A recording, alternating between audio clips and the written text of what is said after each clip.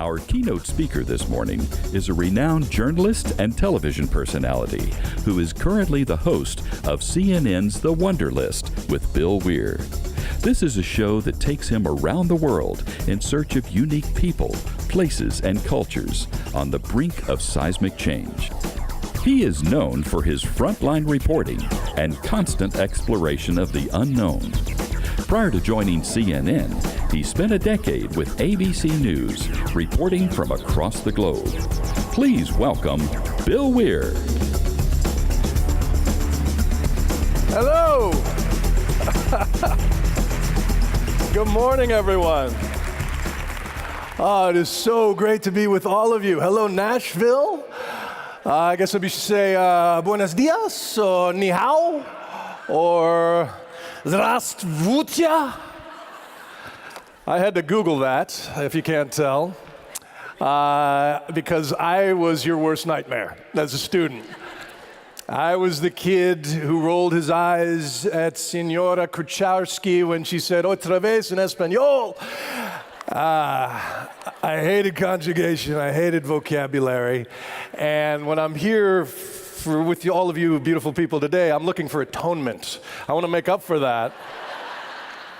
I want to tell you how much you are all respected and loved. Congratulations to Jing, the winner of the Teacher of the Year. I was back there with a big hand for our Teacher of the Year.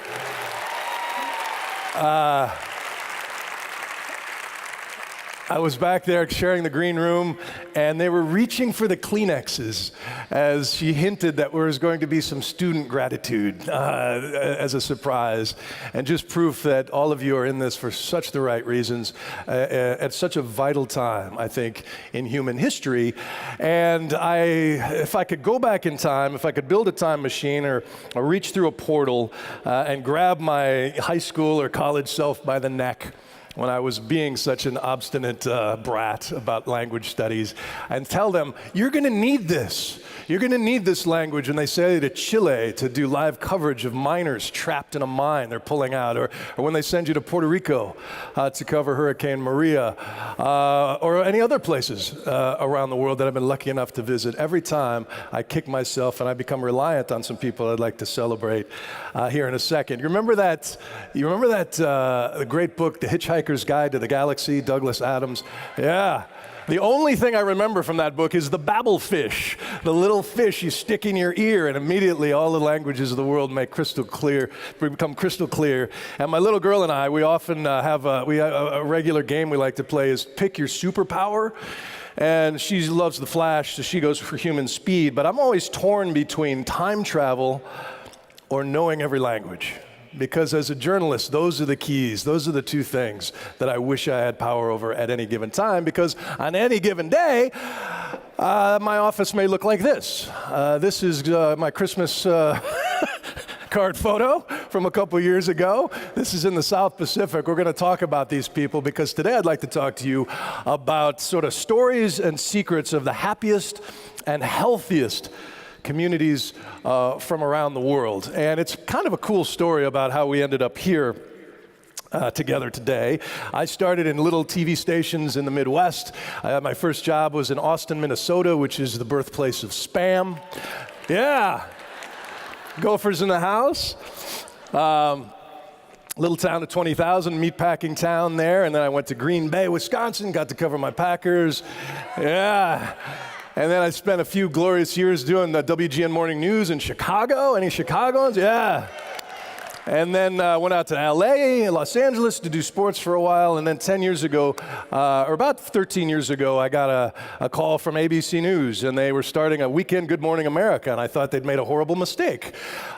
Surely there's better qualified people, but that brought me to the network level and immersed me in the world of journalism in a way that I never thought was attainable. I was kind of the smart ass. I was the sports guy for a while. I thought I had burned every bridge to legitimate journalism.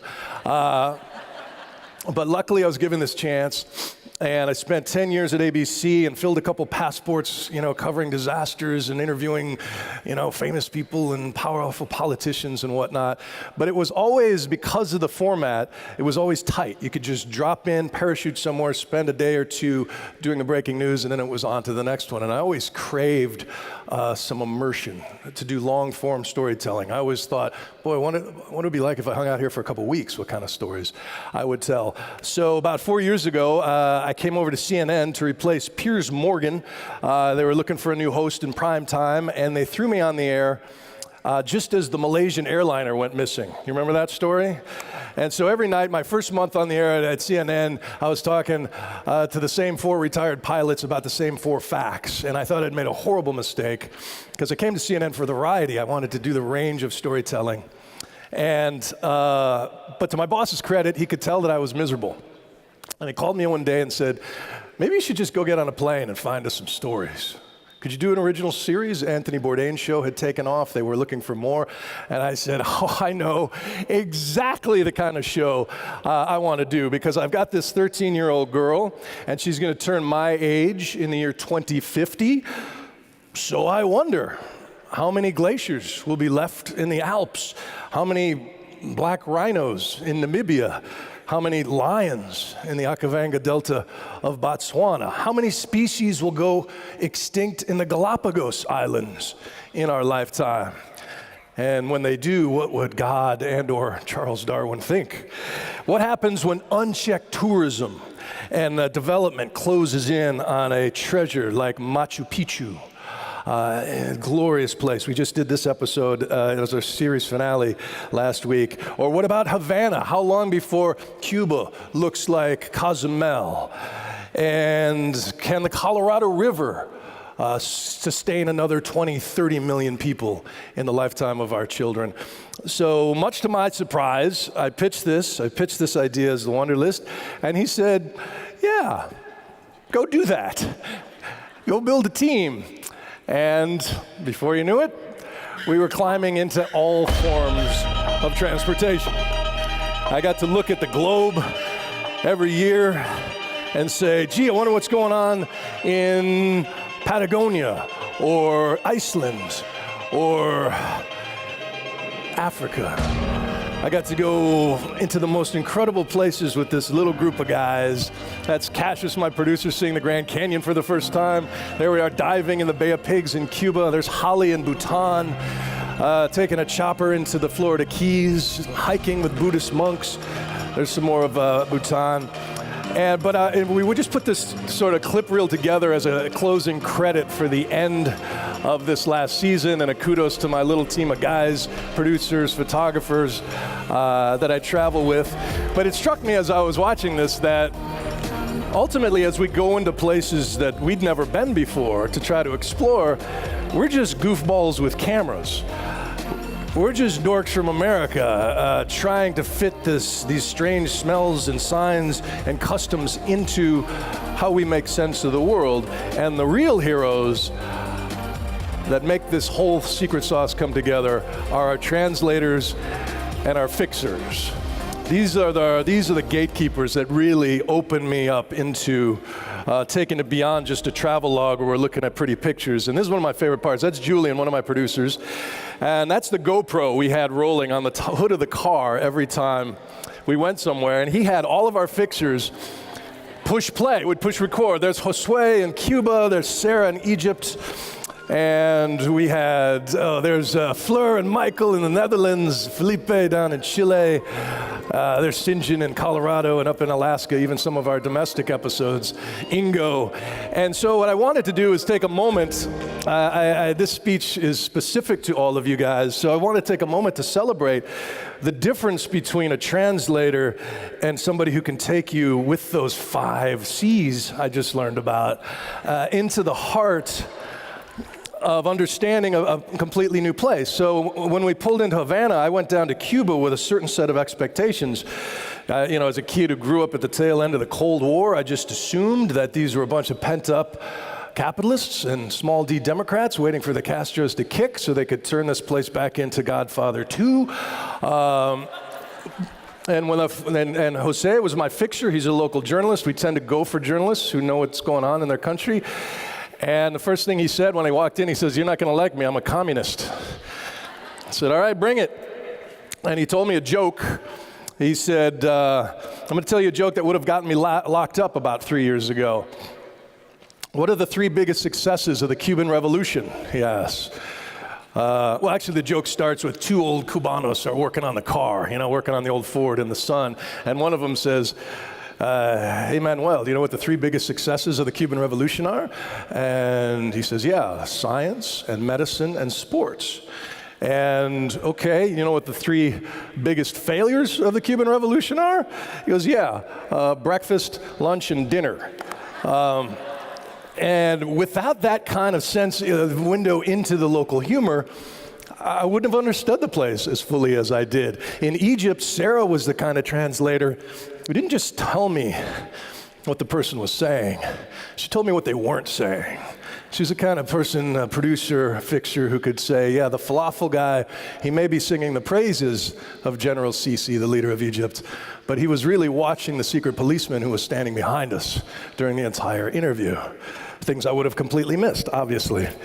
This is Bega. She was one of our translators and fixers in Iceland, who explained that they have a belief in Iceland, a mystical belief in elves and trolls and hidden people that live in the rocks and the trees, and it may sound bizarre until you realize that's how they sort of animate their beliefs, their reverence for nature.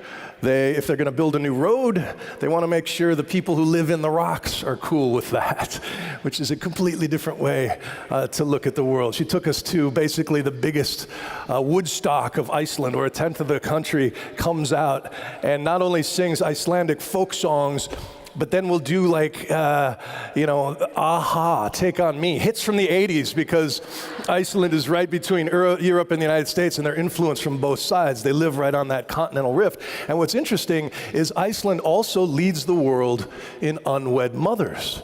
2 out of 3 kids born in Iceland, their parents aren't married. They've given up on the marital idea that we have here in the West because it's a secular country. There are no religious stigma. They have an incredible social safety net. For moms get a 1.5 years paid maternity leave. They can split with their spouse. Yeah. And so women start families when they're ready, as opposed to whether or not they're married. They'll be with a guy for 10 years and say, "Yeah, maybe we should have a party. Let's get married."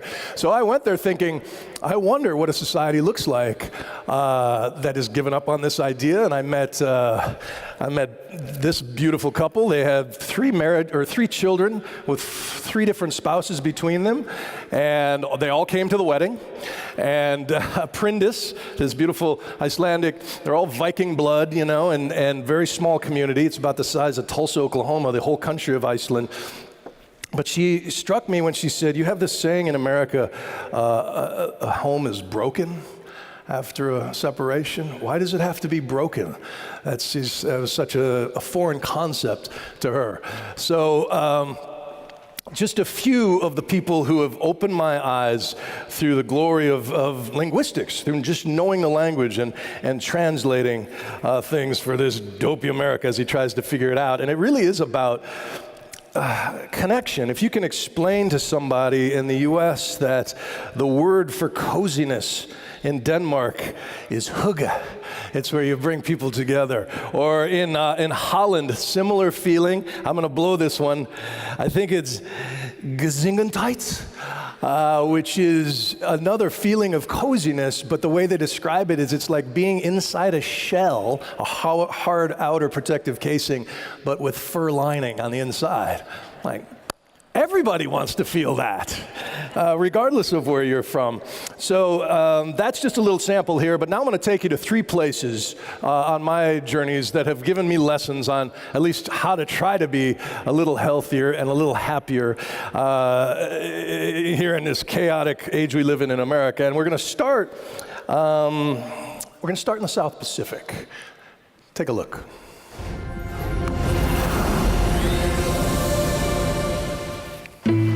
These are the landlords of paradise,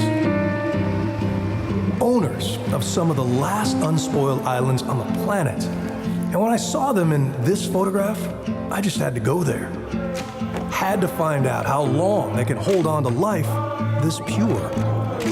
How long they can hold off the temptation to sell it all and join the modern world. So I said goodbye to my kid. Egads, that's hard. And flew back in time. Climbed a volcano,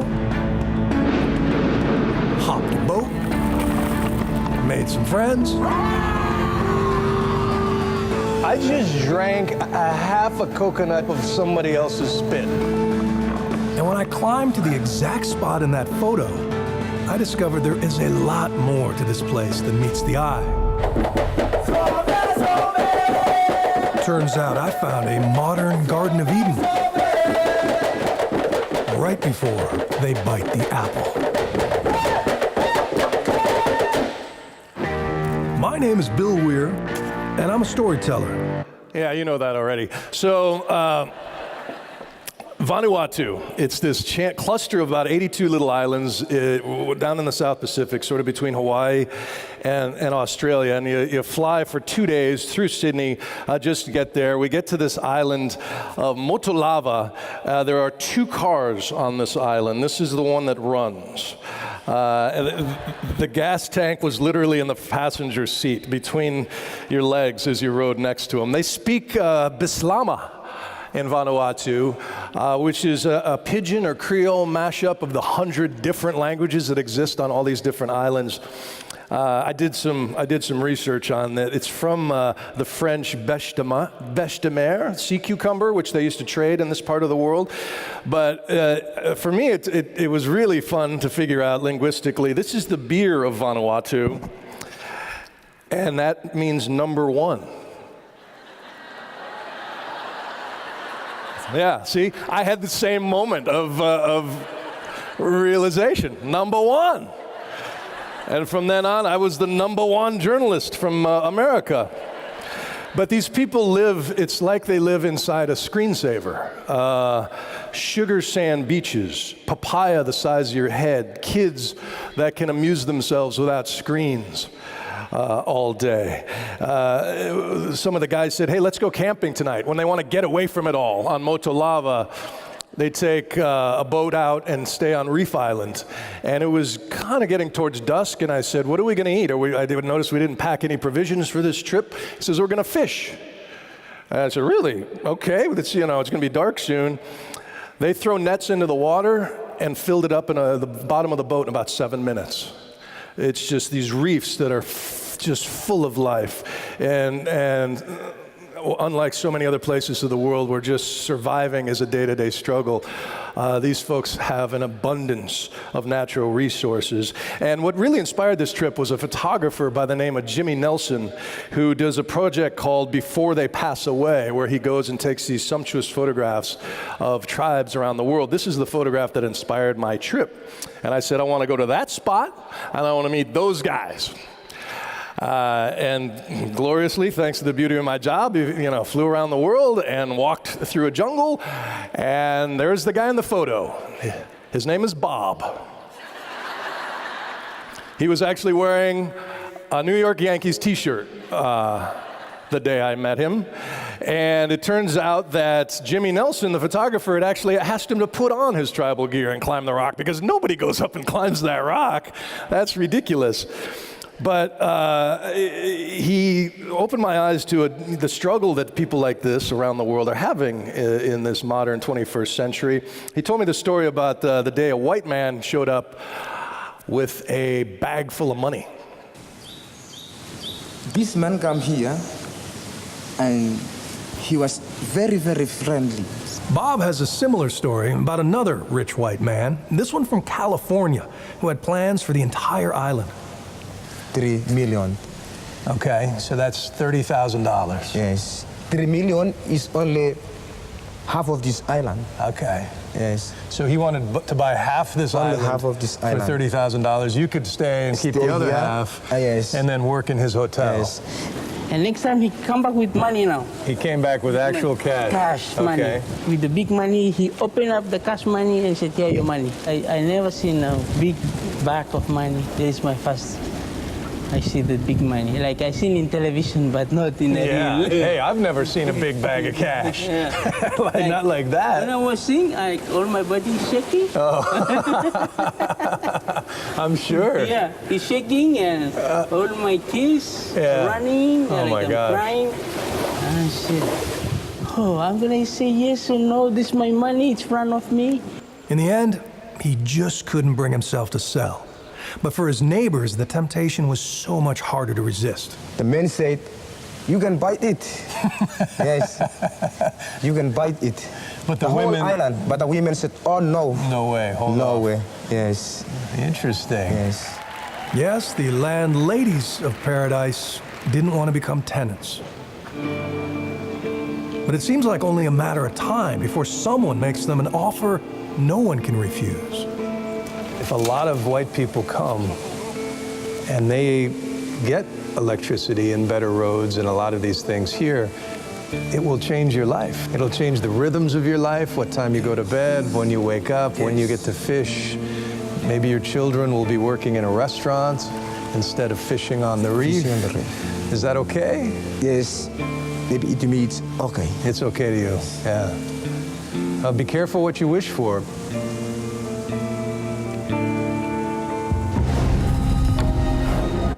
It's easy to romanticize places like this where the sun is their alarm clock and the tides are their watch, and they roll out of bed before dawn, and the first thing on their mind is, what do we eat in a day, and do I have to catch it or pick it?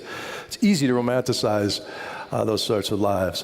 But the day after that episode aired, a devastating Category 5 cyclone hit Vanuatu. Thankfully, all of our friends survived, but who are we to say they can't have cement walls and a decent roof and a flat screen TV and a smooth road? Who are we to tell them, especially the women, held down by ancient superstition that they are equal citizens of this place?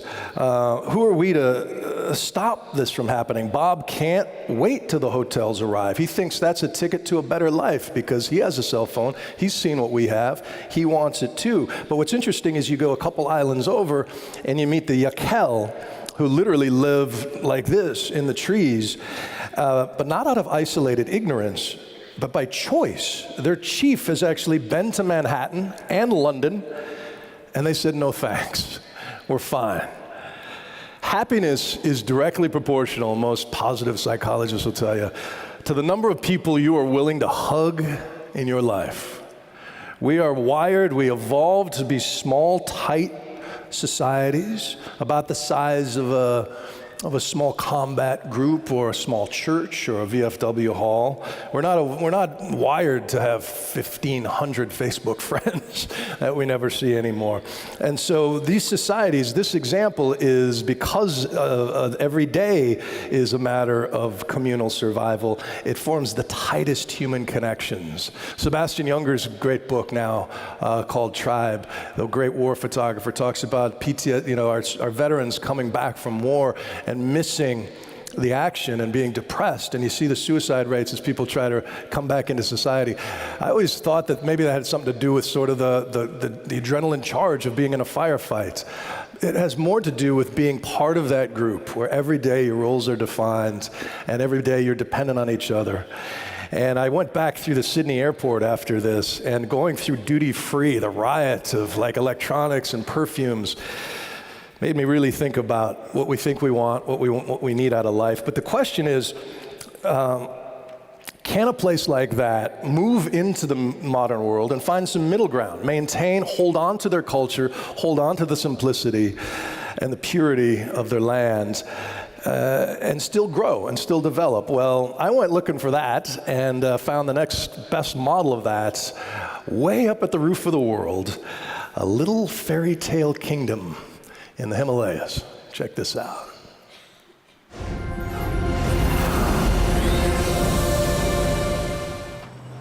We hold these truths to be self-evident.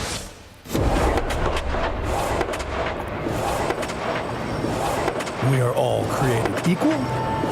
We all deserve life, liberty, and the pursuit of happiness.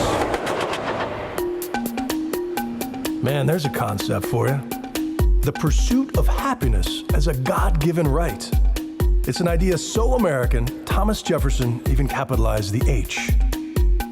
And ever since, the soundtrack of America's pursuit is driven by the downbeat of progress. Building, growing, bigger, faster, newer, richer. This country's been chasing happiness for 240 years. So I wonder, at what point do we catch it?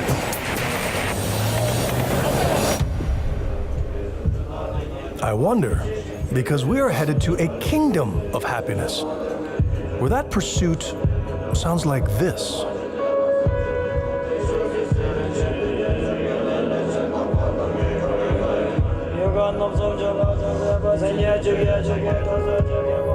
Where wheels turn no profit, but spread compassion. The last authentic place on earth, some say.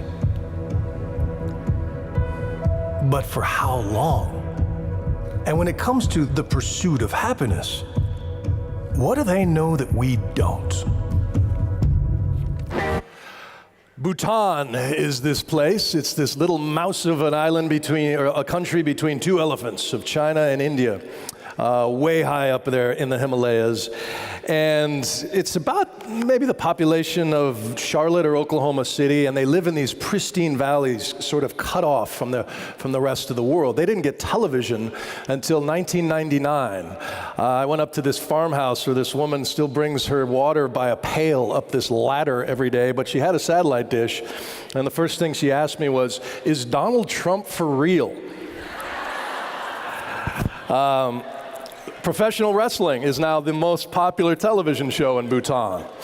And they're wrestling with that as Buddhists, trying to wrap their heads around giant men hitting each other. Since Tibet got swallowed up by China, this is the last independent Buddhist kingdom on earth, and everywhere you find prayer flags that are fluttering. Those are written with prayers, and they put them from the highest passes, so those prayers will be blown across their land. They spin these prayer wheels as they circle their local temple. They're spinning good vibes off into the universe. And I was there actually for the king's birthday party. In the 1970s, a guy named Jigme Singye Wangchuck became the fourth king of Bhutan, and he took the golden throne and the raven crown, how cool is that, at the age of 17. But instead of like Game of Thrones, he turned out to be the opposite. He proved to be one of the more benevolent monarchs you could ever hope for. And he went to the United Nations at one point, the boy king, and some snarky journalist said, "Oh, you're the king of a whole country? What's your gross national product?" And K4, as he is known, said, "I don't believe in that. I believe in gross national happiness." And this is the royal family. And they are absolutely worshipped by everybody in the country, which if this was North Korea would probably feel kind of creepy. But they have built this constitution around this Buddhist idea that the nicer you are in this life, the better off you'll be in the next life. The more you smile in this life, the holier you'll be in the next life. This is the national dress code. This is what every citizen has to wear between, on business hours. There is no smoking in the entire country. There are no plastic bags allowed, no littering in the entire country. And it is constitutionally mandated that they must preserve 2/3 of their forest and keep them pristine. And this gives away a lot of the freedoms we take for granted, obviously. If you tried to have an American dress code, that probably wouldn't take. But in this society, it's their way of protecting themselves from the outside forces of modernization is their uniqueness. They want to hang on to those cultural touchstones in every way, and they don't want to get swallowed. They don't want to get swamped. I found the same thing in Cuba from Josue. But they have this, they're in this sweet spot of sort of human evolution that maybe our grandparents were familiar with, in that a new machine, a tractor, can change your life dramatically, seismically, and give you some radical new thing called free time. So this is an amazing place we should keep our eyes on. Obviously, it's not heaven. It's not great to be a woman in Bhutan for a lot of different reasons. They still have a long way to go. But this idea of gross national happiness by this one benevolent ruler has increased longevity in this place, health and happiness, if you believe them. But what about the healthiest places? Let me blow through the rest of my cute, there's some cute Bhutanese kids. Stay humble, kiddos. But the next spot is my example of healthiest people around the world.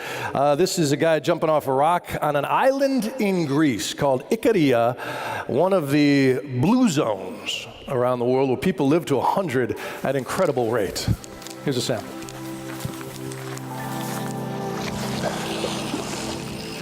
Don't get old, kid.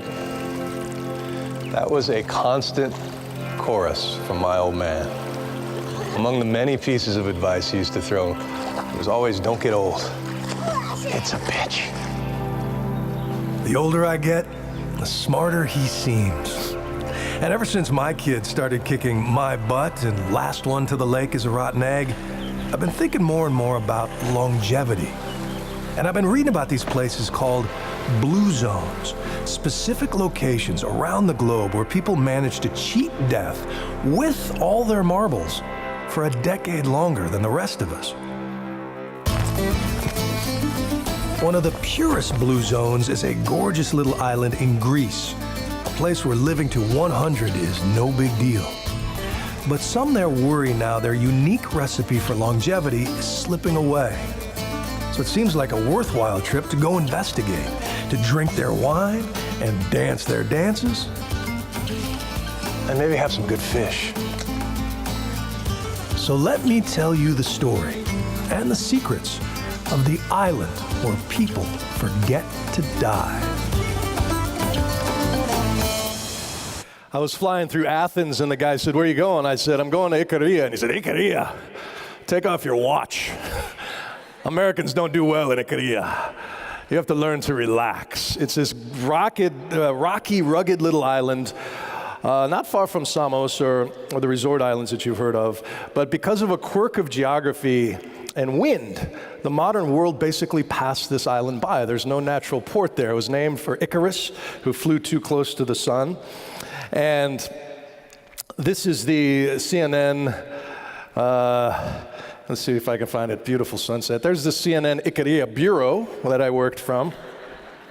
Now, the best science tells us the blue zones comes from one of my colleagues, a great guy named Dan Buettner, who started doing these sort of demographic surveys. Where are these pockets of long life? And they would circle them with blue ink on their maps, and that's how the name the blue zones came about.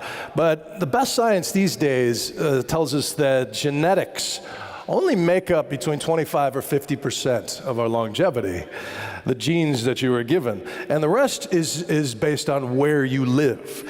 And these folks reach the age of 100 at a rate 8 times higher than the rest of Greece and Europe, and the United States, with 1/5 the cases of dementia or Alzheimer's. So it's long, good lives, which is the goal. And you go there, you're thinking, man, there must be some magic bullet that these folks have figured out. And you realize that it's more like buckshot. There's a lot of different factors that together can create this longevity. Isolation forces them to stay plugged in with each other. This is the kind of place where if you don't show up for church, someone is going to come knocking on your door, figure out what happened. They eat the classic Mediterranean diet, that they grow themselves, so there's a lot of movement throughout the day. The hills there are filled with herbs and greens and teas that have this sort of antioxidant homeopathic goodness. There's a specific kind of honey in Ikaria that the bees pollinate pine trees, so it has a piney flavor. But every morning, the locals will take a big spoonful of this stuff and coat their digestive tract, which has incredible health benefits as well. And every now and then, after eating, a lot of your typical Greek salads and a lot of plant-based and bean-based diet, every now and then, they'll blow it out and cook up a goat. Ah yes, time for a bag of goat. As luck would have it, I'm here for Panegyri season. town square blowouts tied to Orthodox saint worship, a time that draws hundreds of Icarian Americans back for a taste of home. And they are all eager to point out the longevity clues all around us, starting with the red stuff. So you gotta be careful. It sneaks up on you. Hold on, here you go. If wine is bottled poetry, as the author once said, Icarian wine is music by the leader. Llamas. Cheers. And maybe most importantly of all, these shindigs prove that Icarians know how to inoculate against loneliness. As George from New York tells me, it wouldn't be a party if the old folks weren't right in the thick of it. They feel valued, they feel needed, and So if you notice tonight, younger people are sitting with the older people. So there's no, this is where the old people sit, this is where the young people sit. no generation gap. No, we're all sitting on the same table. And the youngins learn very early in life that you can show up whenever you want, but you better be prepared to stay late. Eat, drink, and be merry, they believe. For tomorrow, we can all just take a nap. This is Alexandro and Antiope. He's 84, she's 80. They can't afford a retirement home, and she's a cancer survivor. And so they don't have any other choice but to remain self-sustaining, to raise the goat for their grandchild's christening. It reminds me of to see folks in societies where the elderly are so valued as part of the fabric. I was way up in Western China once, and I asked a gentleman, "Do you have any questions for me? Is there anything you want to know about America?" And he said, "Is it true that you warehouse your old people?" And it was like a dagger to think about it in those terms. But having a sense of purpose late in life is such a key to longevity, as is work. Yoyana runs her own loom, her weaving business. I told her that most Americans quit working at 65, and she said, "And then what, they die?" She goes to work every day at the age of 104. Christodoulos was out till 2 a.m. the night before this picture was taken, playing dominoes and drinking wine. He's 94. First time he saw an airplane, it shot at him during the war. But he's an example that daily rituals, the dominoes game, take the stress out of everyday living. So the buckshot of the blue zones, have a little wine at 5 o'clock, belong to a faith-based or a social community that gives you a sense of belonging and purpose. Put your family first. Keep your aging parents nearby, or convince your kids to keep you nearby. Curate a special group of friends, 4 or 5 friends who are going to nudge you in the right direction. They're going to make you walk instead of taking the car. They're going to order the salad instead of the fries. And that'll give you 6 or 7 extra years of life expectancy. Now, here is the indelicate truth. There's Christodoulos. He's amazing. He reads a book every week. 95 years old. And there's Alexandra with his wine. But the indelicate truth about all these places that I've mentioned here, that all the things that make them incredibly content or extraordinarily healthy and happy, is also what makes America such an impossible experiment. This is from a recent project I did closer to home, and maybe it'll explain what I'm trying to make. America is not normal. By the rules of human nature, it shouldn't even exist. This always hits me far away from home, in wonderlands like Bhutan or Iceland, the happiest countries in the world. Well, any social scientist will tell you, of course they're happy. People are most naturally content when everyone around them looks, prays, and earns the same. Try building a country where no one looks or prays or earns the same, but everyone is equal. That is really hard. Until America, no one even tried.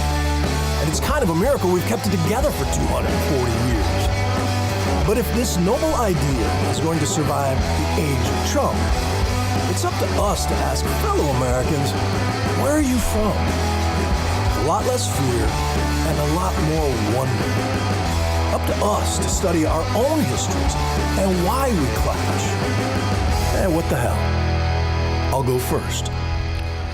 This is my view outside my kitchen window in New York City, and a lot of times I come back from these incredible trips around the world and stare down at these lives, all of these lives, every describable shape and form, sharing this same space, and wonder, will the experiment work?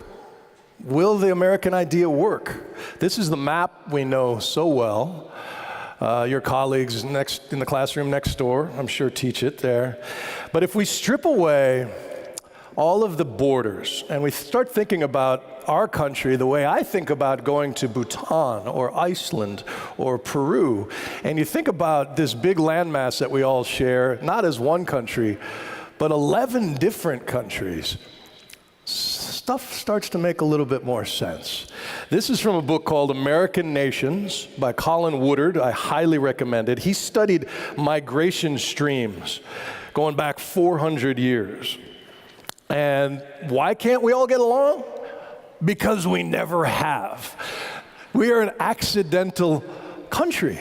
A mashup of puritanical English and libertine French and Scotch-Irish brawlers and Caribbean slavers and pacifist Quakers who all came together and created a country that they didn't even know they were sharing with some of these other people. And if you follow these immigrant streams and the values they brought with them, our current politics, our current divided America makes so much sense. At the top, the dark blue there, you've got Yankeedom. That's, of course, the Northeast, and my home state of Wisconsin is in there, or those folks across the upper Midwest. These are folks who got off the ship and tried to create a shining city on a hill.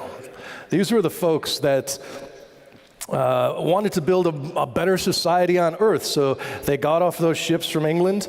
First thing they did was divvy up the land equally. They built a meeting house and a school. Everybody kicked in for that, and we're all in this together. Very different attitude towards politics than the folks in the red who came from the lowlands of Scotland and Ireland. These were fiddle players and fist fighters. This is the cast of Braveheart. These are people who don't trust the king, because if the central government came, it was usually to kill your family and take all your cows. So they came, and when they settled in western Pennsylvania and then down through where we are today in Tennessee, through Oklahoma, another one of my former hometowns, they have a very different attitude towards big government.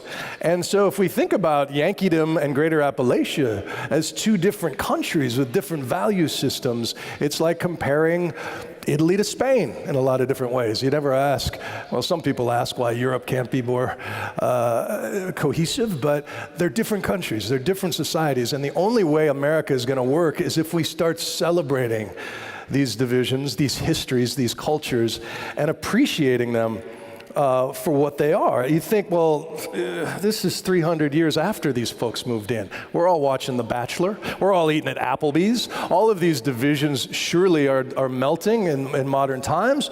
But if you look at sociologists and social thinkers today who track migration within the United States, we sort ourselves according to our values. My mom was an evangelical Christian who believed God told her in a dream that we should go to Tulsa, Oklahoma. And so we did. And we sorted ourselves into that particular place. My dad, liberal atheist, he loved the mountains and loved the outdoors, so he moved from Wisconsin to Colorado. So our divisions as they stand today are only going to get more noticeable as time goes by. But again, if we can get past the fear of the other, the fear of the unknown, and with the help of people like you, the gatekeepers, to take us into another language, into another culture, you never know what you could find. You never know the secrets of health and happiness you can find all around the world. And you tell your students, maybe show them us strapping on the GoPros and going out into the world and saying, if you study, maybe Bill will hire you as a translator or a producer. Maybe that's the inspiration. But I wish somebody had told that to me back in the day. I wish somebody had presented the world in a way that made it about excitement and made it about understanding, made it about empathy. But without that, the alternative is awfully bloody, and I don't think we want that in modern times. But there you go. There's a few thoughts about health and happiness. And if you're interested in the Wonderlist, here's all 3 seasons for free. If you want to take a picture of this link or jot it down, I'm sorry it's so long. But it's vimeopro.com, user 887-6862/thewonderlist. And there you can have all 3 seasons of the show. Come explore and celebrate our diversity, celebrate linguistics, celebrate the things that connect us as human beings, that make us special as communities. Thank you so much for hanging out with me this morning. Have a fantastic weekend, everybody.